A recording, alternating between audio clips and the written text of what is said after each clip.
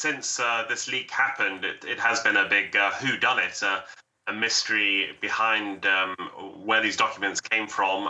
The Washington Post has a report saying they spoke to some members of this group on the online gaming platform Discord, who these people know the name and identity and the location of this individual, although those were not disclosed. But they say that they describe him as charismatic, an enthusiast for guns and for God, and he was on this platform from about 2020 and started posting these documents, which many people in this group didn't really initially recognize as being of important national security significance. These group members say that this was very a deliberate action, that they were not posted by accident in any way. And interestingly, the group apparently did include foreign nationals, including Russians and Ukrainians. So there's still a lot we don't know about this individual and his motives. But according to these people interviewed by the Post, he brought these documents from a military base. He put them on this group, presumably for political reasons. And he did express sentiments that were very suspicious of the American government and American power. So there's the implication he was trying to make some sort of political point there.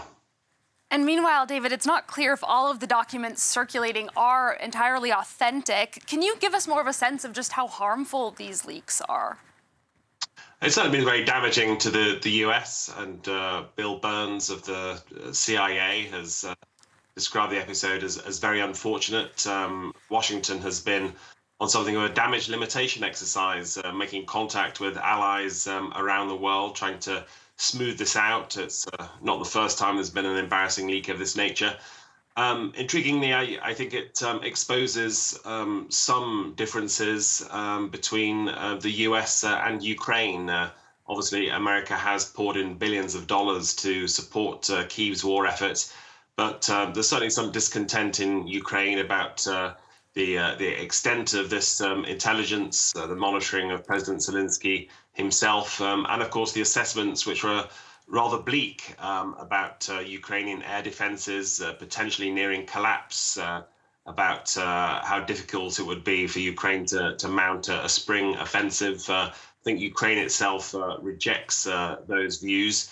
All sorts of other countries potentially upset here.